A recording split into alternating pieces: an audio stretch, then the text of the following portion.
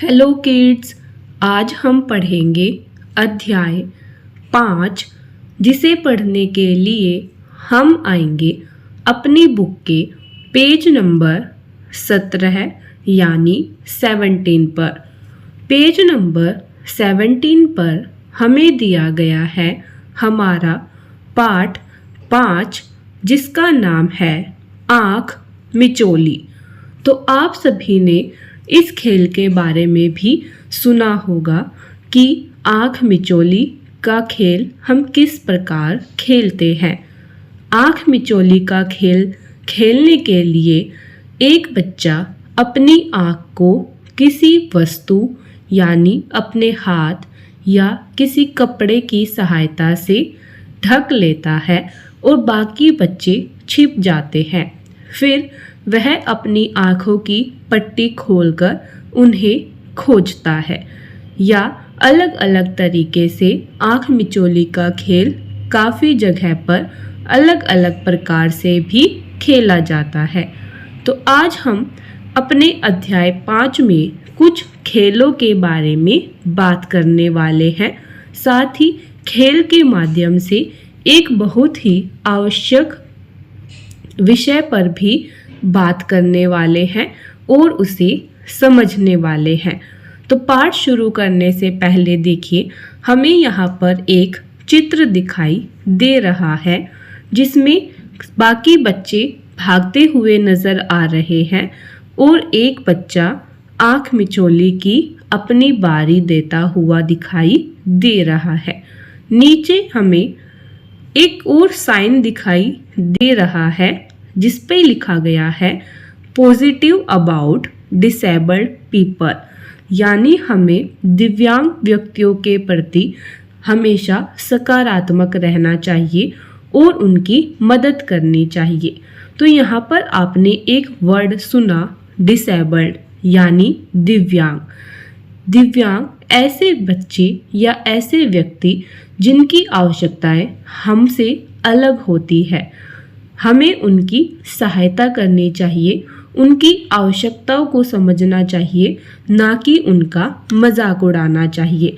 तो आज हम इस पाठ में मुख्य रूप से दिव्यांग व्यक्तियों के बारे में ही जानेंगे और पढ़ेंगे। नीचे हमें एक और चित्र दिखाई दे रहा है।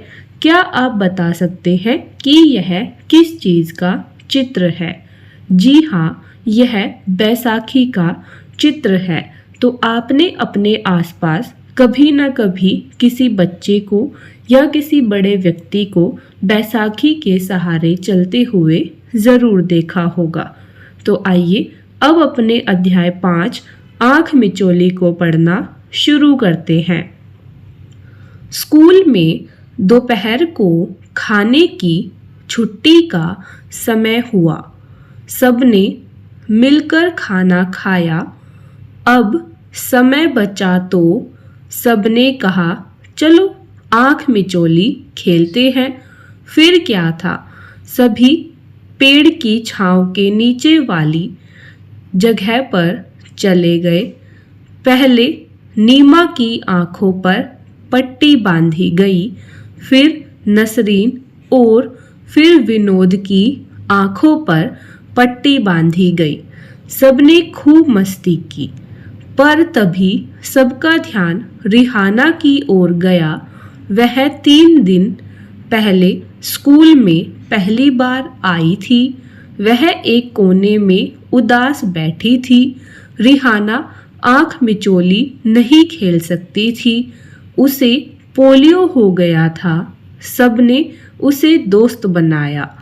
अब वे जब भी खेलते तो रिहाना के साथ खेलते थे। तो इसमें हमें बताया गया है जैसे आपके विद्यालय में भी दोपहर के खाने का समय होता है तो आप जल्दी जल्दी अपना खाना खत्म कर लेते हैं ताकि आप खेल सके। तो ऐसे ही इस पाठ में बताया गया है कि कुछ बच्चे स्कूल में दोपहर के खाने को खत्म करते हैं और फिर खेलते हैं। तो वह आँख मिचोली का खेल खेलते हैं, जिसे खेलने के लिए वह सभी एक पेड़ की छांव के नीचे चले जाते हैं, यानी पेड़ की छाया में चले जाते हैं। फिर वहाँ पर सबसे पहले वह नीमा की आंखों पर पट्टी बांधते हैं, उसके बाद नसरीन की आंखों पर पट्टी बांधते हैं और अंत में विनोद की आंखों पर पट्टी बांधकर यह खेल खेलते हैं। वह इस खेल को खेलते हुए काफ़ी मस्ती भी करते हैं।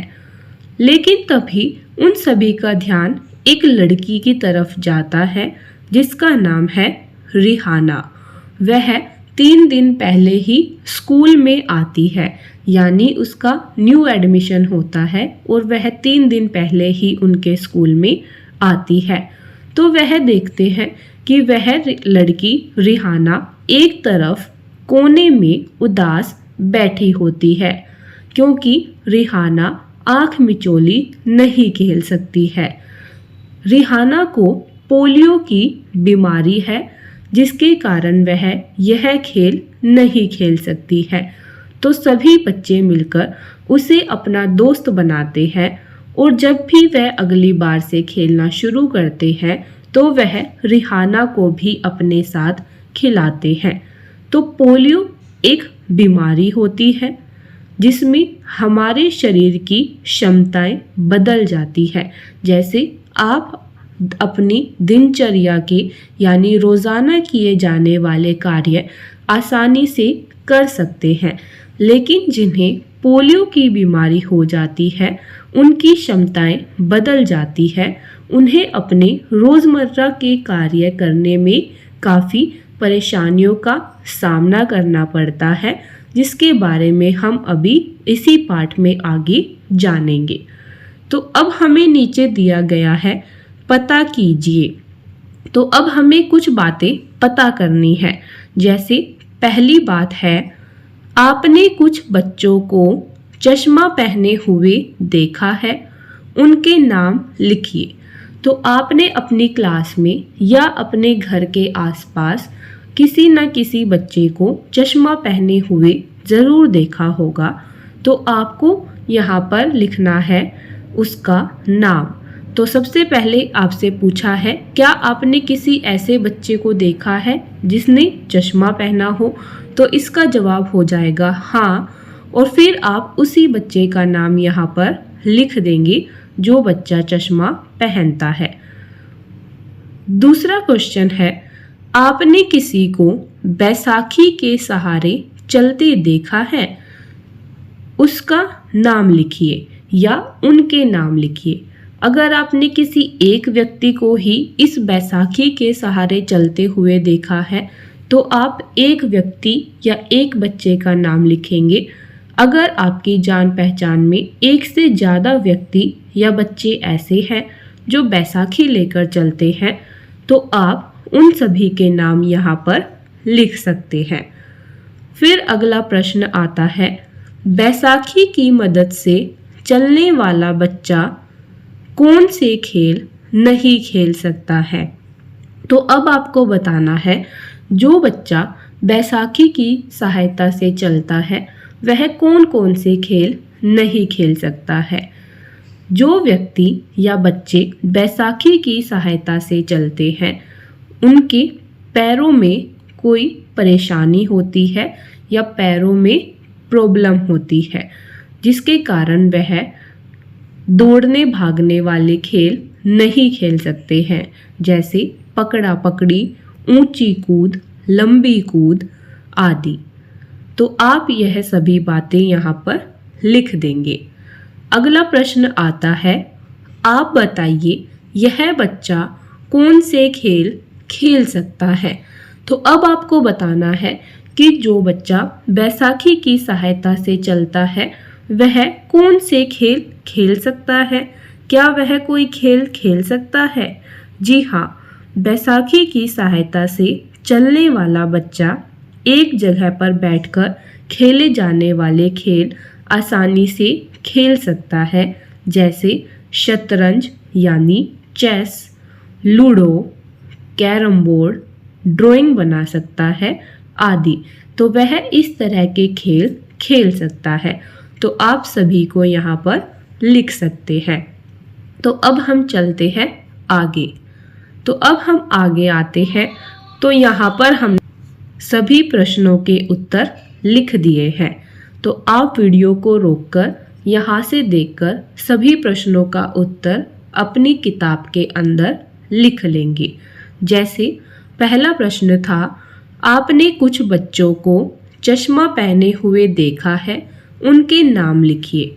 तो हमने उत्तर लिखा हाँ राहुल, यानी मैंने एक बच्चे को देखा है जो चश्मा पहनता है और उसका नाम है राहुल। दूसरा प्रश्न था, आपने किसी को बैसाखी के सहारे चलते हुए देखा है, उनके नाम लिखिए। तो मैंने इसका उत्तर लिखा हाँ प्रिया, यानी मैंने एक लड़की को बैसाखी के सहारे चलते हुए देखा है जिसका नाम है प्रिया। फिर तीसरा प्रश्न है, बैसाखी की मदद से चलने वाला बच्चा कौन से खेल नहीं खेल सकता।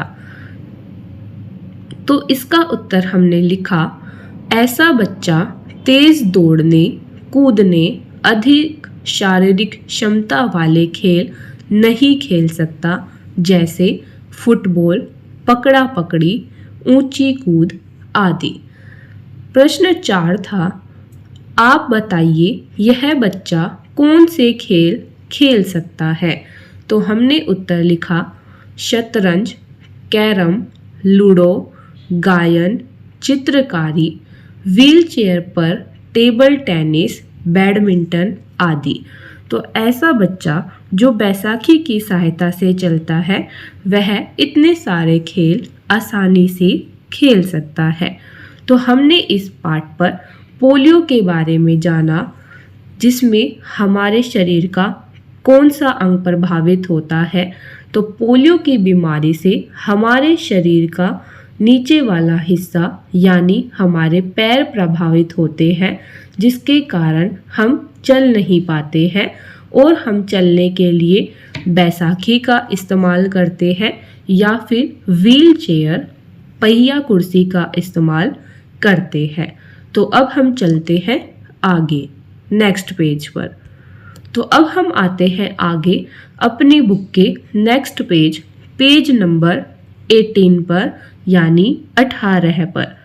पेज नंबर 18 पर हमें दिया गया है नेक्स्ट क्वेश्चन यानी प्रश्न 5।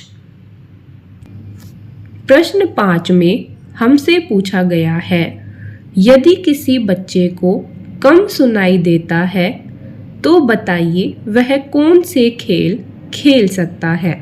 तो अब आपको बताना है कि ऐसा बच्चा जिसे कुछ भी सुनाई नहीं देता है या बिल्कुल ही कम सुनाई देता है वह कौन कौन से खेल खेल सकता है।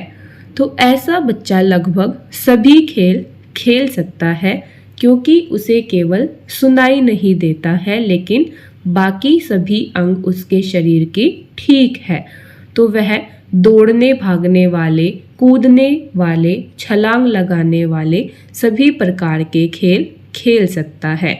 तो आप इसमें लिख सकते हैं पकड़ा पकड़ी, छिपन छिपाई, लूडो, कैरम बोर्ड आदि। वह सभी खेल खेल सकता है, लेकिन वह केवल ऐसे खेल नहीं खेल सकता है जिसके लिए हमें कुछ बोलकर बताना पड़ता है, यानी उसे सुनकर कोई काम करना पड़े। जैसे हम काफ़ी बार दमशराज खेलते हैं या ऐसा कोई खेल खेलते हैं जिसमें बच्चे को कुछ बातें बोलकर कही जाती है, तो वह ऐसा खेल नहीं खेल सकता है। प्रश्न 6 आता है, कम सुनाई देने वाले बच्चे को अपना मित्र बनाकर आप उसका कैसे ध्यान रखेंगे।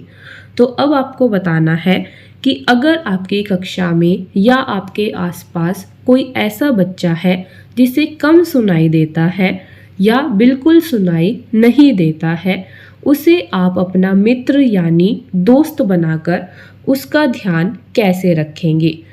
तो इसके लिए आप क्या कर सकते हैं, आप उसके सामने खड़े होकर धीरे धीरे बिल्कुल स्पष्ट बोल सकते हैं, ताकि वह आपके होंठ की प्रक्रिया या प्रतिक्रिया को देखकर समझ सके कि आप उसे क्या कहना चाहते हैं, जिसे हम कहते हैं लिपसिंग।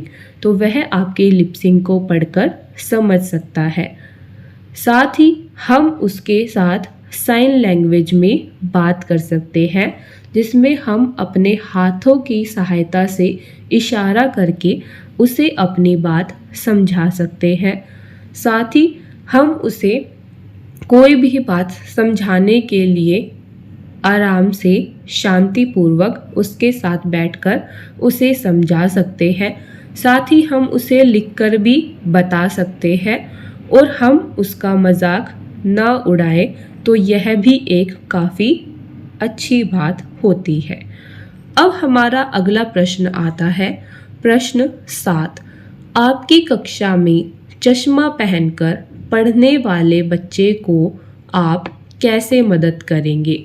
तो अब बारी आती है ऐसा बच्चा जिसे दिखाई नहीं देता है या कम दिखाई देता है।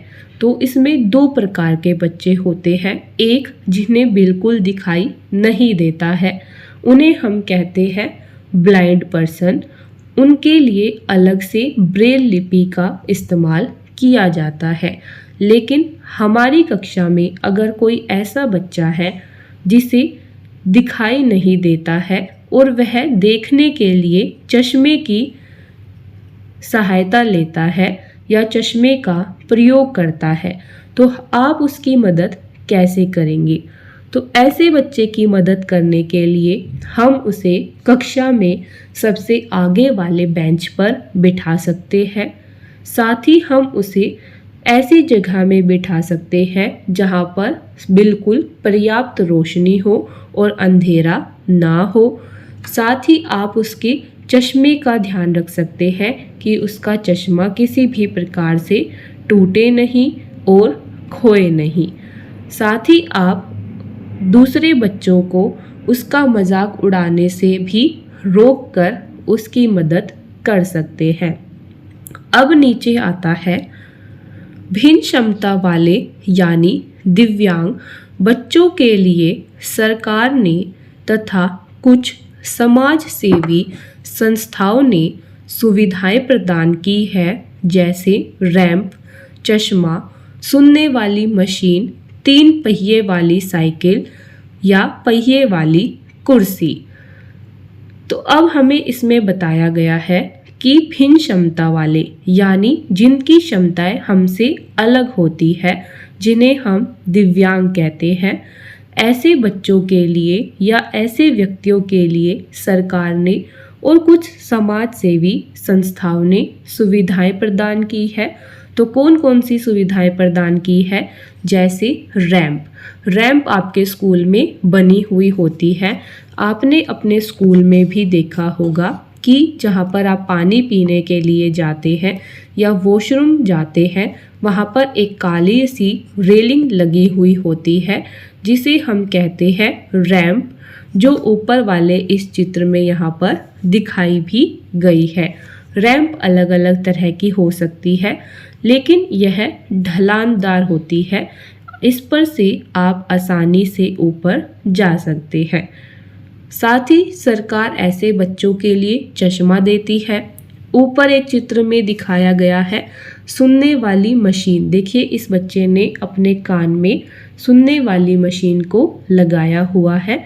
तो ऐसी मशीनें भी सरकार उपलब्ध कराती है।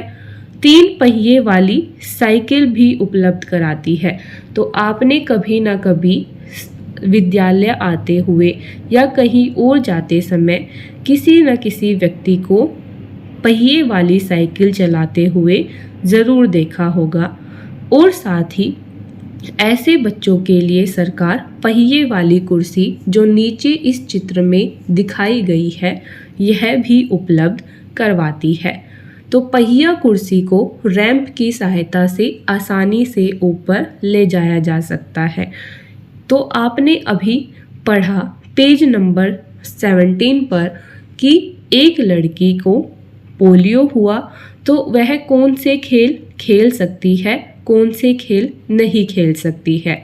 ऐसे ही आपने पेज नंबर 18 पर पढ़ा कि ऐसे बच्चे जिन्हें सुनाई नहीं देता है, जिन्हें दिखाई नहीं देता है, तो सभी अलग अलग क्षमता वाले बच्चे होते हैं और सभी की आवश्यकताएं अलग अलग होती है, जो कि हमने अभी जानी।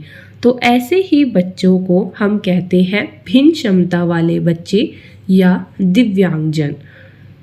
अब इधर एक चित्र नीचे दिया गया है जिसमें एक बच्चे ने चश्मा लगाया हुआ है, जो कि देखने में उसकी सहायता करता है।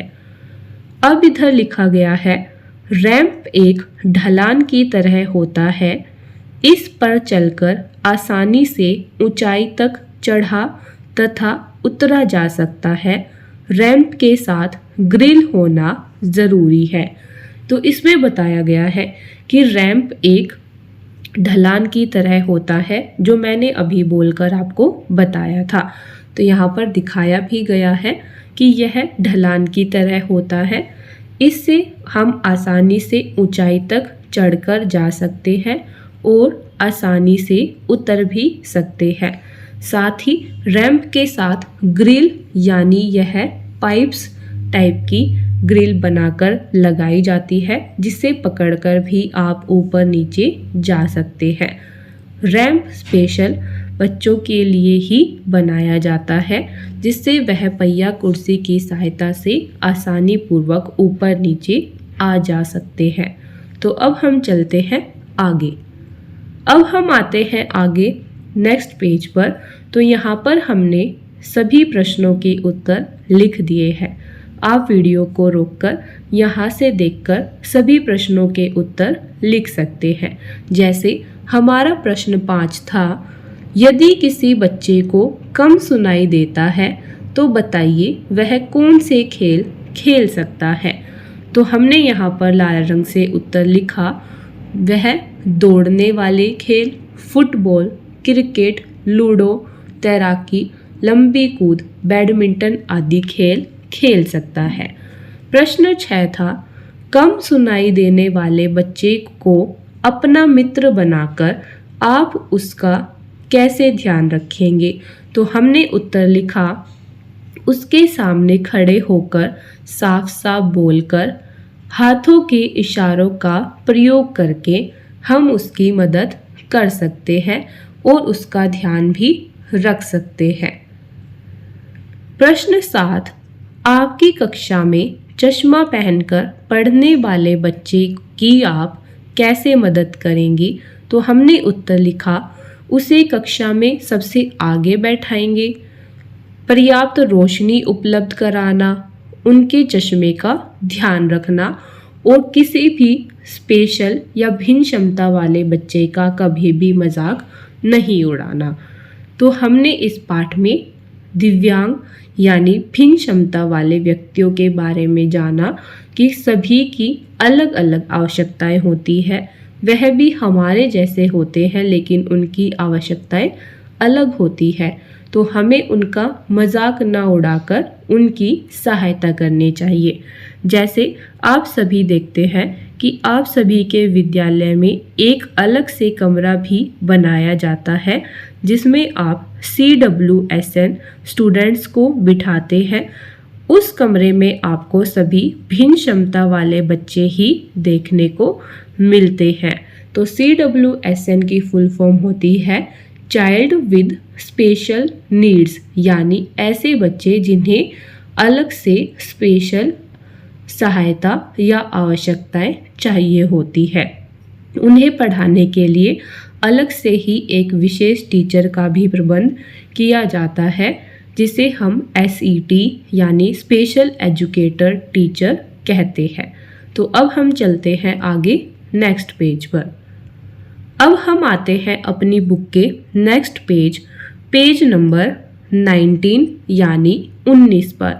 तो यहाँ पर आपको एक चित्र दिखाई दे रहा है ऊपर की तरफ, जिसमें पीने का पानी दिखाई दे रहा है और उसमें लिखा गया है जल है तो जीवन है, यानी पानी है तो हम हैं। अगर पानी ख़त्म हो जाएगा तो हम भी ख़त्म हो जाएंगे। तो हमें पानी को वेस्ट नहीं करना चाहिए। साथ ही आप देख रहे हैं एक चित्र में पानी के नल काफ़ी ऊपर लगाए गए हैं और एक चित्र में पानी के नल को काफ़ी नीचे लगाया गया है और नल के ऊपर एक निशान भी बनाया गया है। तो यह निशान होता है एक बच्चे का जो व्हील चेयर पर बैठा हुआ है, यानी पहिया कुर्सी पर बैठा हुआ है।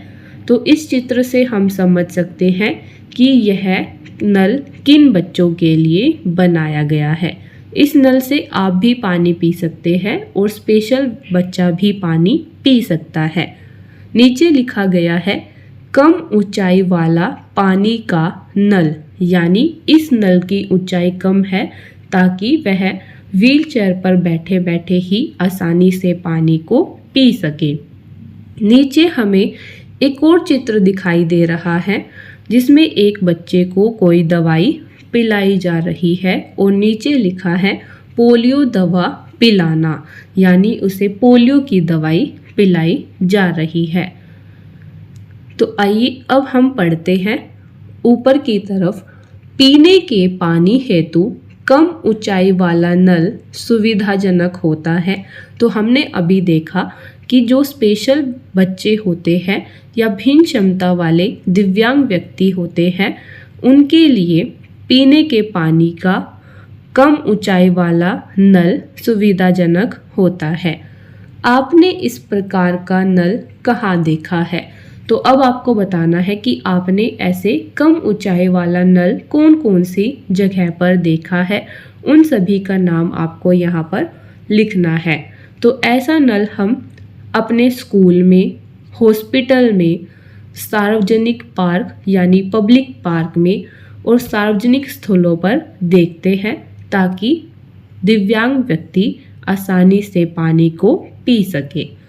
अगली प्रश्न में हमें बताया गया है हमारे पूरे देश में समय समय पर 5 वर्ष तक के बच्चों को पोलियो रोग से बचाव के लिए दवा पिलाई जाती है। आपको याद है ना? आपने भी दवा ज़रूर पी होगी। तो अब बताया गया है कि हमारे पूरे देश यानी भारत में समय समय पर 5 वर्ष तक के बच्चों यानी 5 साल के जो भी बच्चे होते हैं उन सभी को पोलियो की दवाई पिलाई जाती है ताकि वह पोलियो रोग से बच सके, जिसमें हमारे शरीर का नीचे वाला अंग यानी हमारे पैर प्रभावित होते हैं। तो इसमें आगे कहा गया है कि आपको याद है ना कि आपने भी यह दवाई ज़रूर पी होगी। तो अब है, क्या आपने पोलियो दूर भगाने के नारे लगाते हुए गली में स्कूल के बच्चों को रैली निकालते हुए देखा है? तो अब आपको बताना है क्या आपने कभी ना कभी अपने स्कूल के बच्चों या किसी और स्कूल के बच्चों को गली में नारे लगाते हुए देखा है कि पोलियो को दूर भगाओ, या उससे संबंधित कोई और नारा लगाते हुए देखा है? तो यहाँ पर हम उत्तर लिखेंगे कि हमने ऐसे बच्चों को देखा है। स्कूल से बच्चे आते हैं, एनजीओ से भी व्यक्ति आते हैं और पोलियो दूर भगाने के नारे लगाते हैं और रैलियां भी निकालते हैं। यह रैलियां प्लस पोलियो अभियान के तहत निकाली जाती है जो 5 साल तक के बच्चों को पोलियो की दवाई पिलाने के बारे में जागरूकता फैलाती है। साथ ही पोलियो के टीकाकरण के बारे में भी जागरूकता फैलाती है। यह कार्यक्रम 2 अक्टूबर 1995 यानी 2 अक्टूबर 1995 को शुरू किया गया था, जिसमें 5 वर्ष से कम आयु के सभी बच्चों को पोलियो की दवाई पिलाई जाती है और इस दवाई की केवल 2 बूंदें ही पिलाई जाती है। इसलिए इसका एक नारा यह भी होता है, 2 बूंद जिंदगी की। तो आप यहाँ पर यह सभी बातें लिख सकते हैं। अब आगे है, सरकार ने यात्रा करने में सुविधा हेतु कम ऊंचाई वाली लो फ्लोर बसें भी चलाई है। तो आप सभी ने देखा होगा कि सरकार ने लो फ्लोर बसें यानी जिनकी ऊंचाई कम होती है, जिस पर आप आसानी से चढ़ सकते हैं, ऐसी बसें भी चलाई है। तो ऐसी बसें सरकार ने दिव्यांग यानी भिन्न क्षमता वाले बच्चों और व्यक्तियों के लिए ही शुरू की है। अब नीचे एक गुलाबी डब्बे में लिखा गया है, यह भी जानिए। तो आइए इसे भी जानते हैं। तो यहाँ पर लिखा गया है, यह चित्र उन जगहों पर लगाया जाता है जहाँ पर भिन्न क्षमता वाले दिव्यांग व्यक्तियों को सुविधा दी जाती है। यदि आप बस या रेलगाड़ी की सीट पर यह चित्र देखें तो ऐसे लोगों को स्थान ज़रूर दें। तो अब आपको बताया गया है कि यह जो चित्र है जिसमें नीचे एक पहिया हमें दिखाई दे रहा है और उसके ऊपर एक व्यक्ति बैठा हुआ दिखाई दे रहा है, तो यह चित्र उन जगह पर बनाया जाता है जहाँ पर भिन्न आवश्यकता वाले या दिव्यांगजनों को सुविधाएं प्रदान की जाती है। तो ऐसा निशान आपने पानी के पास यानी जो सार्वजनिक नल होता है उसके पास, जैसे ऊपर वाले चित्र में दिखाया गया है, या आपके स्कूल में या लो फ्लोर बसेस में या रेलगाड़ी में या मेट्रो में, एरोप्लेन में काफ़ी स्थानों पर देखा होगा। इसका मतलब होता है कि यहाँ पर आपको भिन्न क्षमता वाले व्यक्ति को बिठाना है।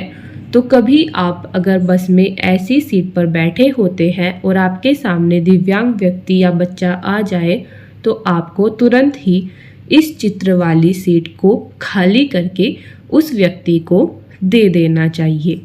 तो इस पाठ में हमने जाना कि एक आँख मिचौली के खेल से हमने कैसे कैसे कहानी को आगे बढ़ाया और भिन्न क्षमता वाले दिव्यांग बच्चों के बारे में जानकारी एकत्र की, जिसमें हमने पोलियो के बारे में जाना, जिस बच्चे को सुनाई नहीं देता उसके बारे में जाना, साथ ही जिस बच्चे को दिखाई नहीं देता उसके बारे में जाना, रैंप और ग्रिल के बारे में जाना, सरकार ने कौन कौन सी सुविधाएं दी है उनके बारे में जाना, और यहाँ पर हमने एक विशेष निशान के बारे में भी जाना। तो अब हम चलते हैं आगे नेक्स्ट पेज पर। तो अब हम आगे आते हैं, तो यहाँ पर हमने फिर से उत्तर लिख दिए हैं। तो आप वीडियो को रोककर यहाँ से देखकर उत्तर बुक में लिख सकते हैं। पीने के पानी हेतु कम ऊंचाई वाला नल सुविधाजनक होता है। आपने इस प्रकार का नल कहाँ देखा है? तो हमने उत्तर लिखा, स्कूल, अस्पताल, सार्वजनिक स्थान, रेलवे स्टेशन आदि। फिर हमने पोलियो के बारे में जाना। फिर हमसे एक और प्रश्न पूछा गया, क्या आपने पोलियो दूर भगाने के नारे लगाते हुए गली में स्कूल के बच्चों की रैली निकलती देखी है? तो हमने उत्तर लिखा, हाँ, प्लस पोलियो अभियान के दौरान टीकाकरण के प्रति जागरूकता फैलाने के लिए हमने रैली निकलती हुई देखी है। फिर हमने यहाँ पर रैली से संबंधित एक नारा भी लिख दिया, जो है 2 बूंद जिंदगी की। तो अब हम चलते हैं आगे अपनी बुक के नेक्स्ट पेज। अब हम आते हैं अपनी बुक के नेक्स्ट पेज, पेज नंबर 20 यानी 20 पर।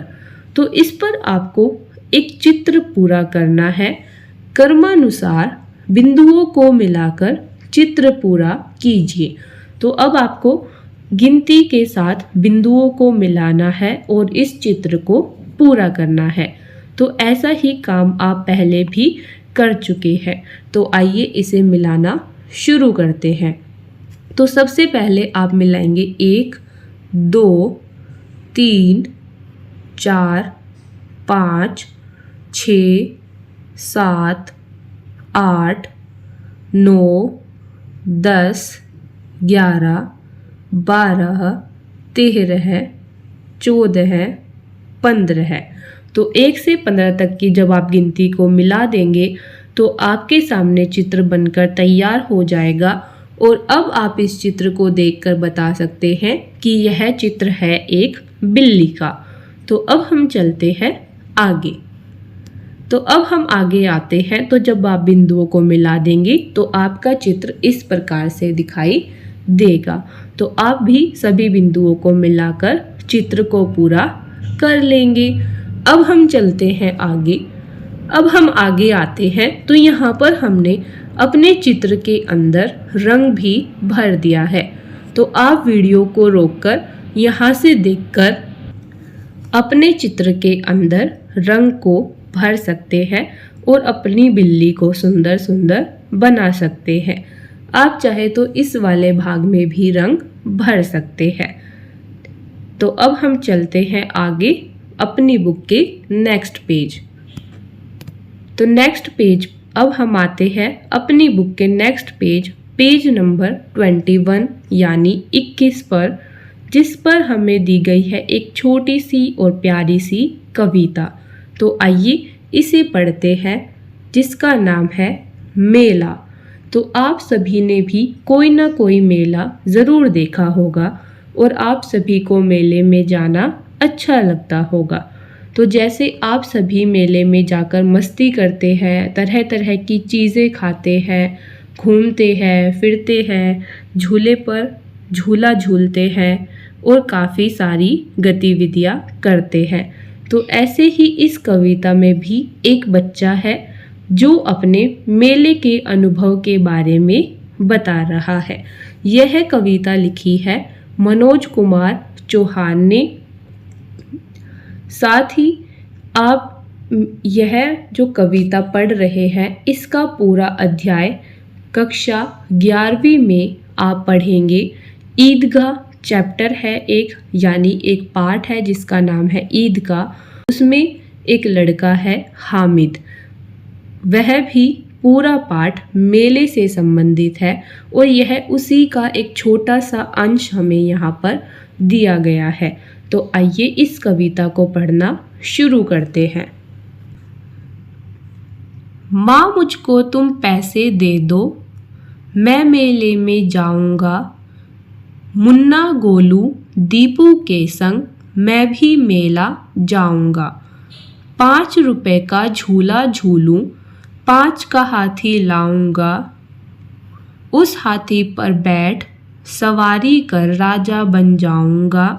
माँ मुझको तुम पैसे दे दो, मैं भी मेले में जाऊंगा। टिम्बकटू घोड़ा मैं लूँगा, हवाई जहाज़ भी लाऊंगा। फिर जहाज़ में तुम्हें बिठाकर परीलोक ले जाऊंगा। माँ मुझको तुम पैसे दे दो, मैं भी मेले में जाऊंगा। उंगली नहीं जलेगी तुम्हारी, एक चिमटा भी लाऊंगा। पानी पूरी और जलेबी बैठ मज़े से खाऊंगा। माँ मुझको तुम पैसे दे दो, मैं मेले में जाऊंगा। तो इसमें वह बच्चा अपनी मम्मी से कहता है कि तुम मुझे पैसे दे दो, मैं मेले में जाऊंगा। मुन्ना गोलू दीपू के संग, यानी मुन्ना गोलू और दीपू उसके दोस्त है, वह उनके साथ मेले में जाएगा। 5 रुपए का वह बताता है कि 5 रुपए का वह झूला झूलेगा, 5 रुपए का वह हाथी लाएगा। उस हाथी पर बैठकर फिर वह सवारी करेगा और राजा बन जाएगा। फिर उसके बाद दोबारा कहता है कि माँ मुझको तुम पैसे दे दो, मैं भी मेले में जाऊंगा। टिम्बकटू घोड़ा मैं लूँगा, तो वह एक घोड़ा भी लेगा, साथ ही एक हवाई जहाज़ भी लाएगा। फिर जहाज़ में बैठाकर अपनी माँ को परीलोक ले जाएगा। फिर दोबारा कहता है कि माँ मुझको तुम पैसे दे दो, मैं मेले में जाऊंगा। फिर आगे बताता है उंगली नहीं जलेगी तुम्हारी, एक चिमटा भी लाऊंगा। यानी जब उसकी माँ खाना पकाती है तो उसकी माँ की गर्म तवे और गर्म रोटी के कारण हाथ की उंगलियां जल जाती है, जिसे वह रोज जलते हुए देखता है। तो वह अपनी माँ के लिए चिमटा लाने की बात करता है और कहता है कि एक चिमटा भी लाऊंगा जिससे तुम्हारी उंगली नहीं जलेगी। साथ ही पानी पूरी और जलेबी भी बैठ मज़े से खाऊंगा, यानी वह पानी पूरी और जलेबी लाएगा और उन्हें भी बैठकर मज़े से खाएगा, फिर दोबारा कहता है कि माँ मुझको तुम पैसे दे दो, मैं मेले में जाऊँगा। तो आइए अब हम इसे एक बार फिर से पढ़ते हैं। माँ मुझको तुम पैसे दे दो, मैं मेले में जाऊँगा, मुन्ना गोलू दीपू के संग मैं भी मेला जाऊँगा। 5 रुपए का झूला झूलू, 5 रुपए का हाथी लाऊंगा, उस हाथी पर बैठ सवारी कर राजा बन जाऊंगा। माँ मुझको तुम पैसे दे दो, मैं मेले में जाऊंगा, टिम्बकटू घोड़ा मैं लूँगा, हवाई जहाज़ भी लाऊंगा, फिर जहाज़ में तुम्हें बिठाकर परीलोक ले जाऊंगा। माँ मुझको तुम पैसे दे दो, मैं मेले में जाऊंगा, उंगली नहीं जलेगी तुम्हारी, एक चिमटा भी लाऊंगा, पानी पूरी और जलेबी बैठ मज़े से खाऊंगा। माँ मुझको तुम पैसे दे दो, मैं भी मेले में जाऊंगा। तो यह कविता आपको कैसी लगी? आप इस कविता को याद कर लेंगे। नीचे एक झूले का चित्र दिखाया गया है, तो यह झूला आप मेले में देखते हैं और कुछ बच्चे ऐसे होंगे जो इस झूले पर झूलते भी होंगे। तो अब हम चलते हैं अपनी बुक के नेक्स्ट पेज पर। नेक्स्ट पेज पर हम आते हैं तो इस पार्ट के पेज खत्म हो चुके हैं। यहाँ पर मैंने अलग से बनाया है अभ्यास कार्य। यहाँ से आप वीडियो को रोक लेंगे और यहाँ से देखकर अपनी ईवीएस की कॉपी के अंदर यह प्रश्न और उत्तर लिख लेंगे।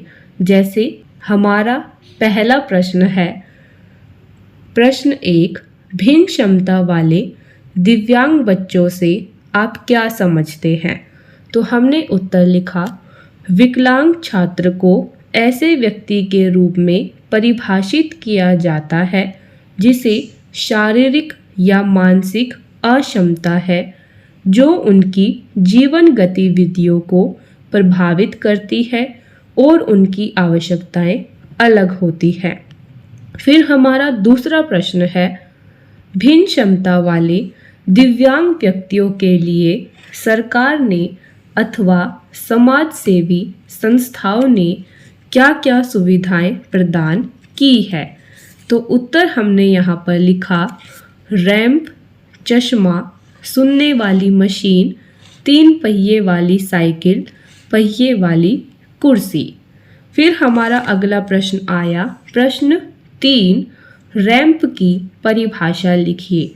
तो हमने उत्तर लिखा, रैंप एक ढलान की तरह होता है, इस पर चलकर आसानी से ऊंचाई तक चढ़ा तथा उतरा जा सकता है। रैंप के साथ ग्रिल होना ज़रूरी है। इसके अलावा आप एक और प्रश्न लिख सकते हैं, प्रश्न 4, प्लस पोलियो अभियान कब शुरू किया गया? तो इसका उत्तर हो जाएगा 2 अक्टूबर 1995 यानी 2 अक्टूबर 1995। तो इसी के साथ अब हमारा अध्याय 5 यहीं पर ख़त्म होता है। अब हम मिलेंगे एक और नई वीडियो में नए अध्याय के साथ। तब तक के लिए चैनल को सब्सक्राइब करें, वीडियो को लाइक करें, ज़्यादा से ज़्यादा शेयर करें, बेल आइकन पर क्लिक करें। तो अब हम मिलेंगे एक और नए वीडियो में नए चैप्टर के साथ। तब तक के लिए बाय बाय, थैंक यू।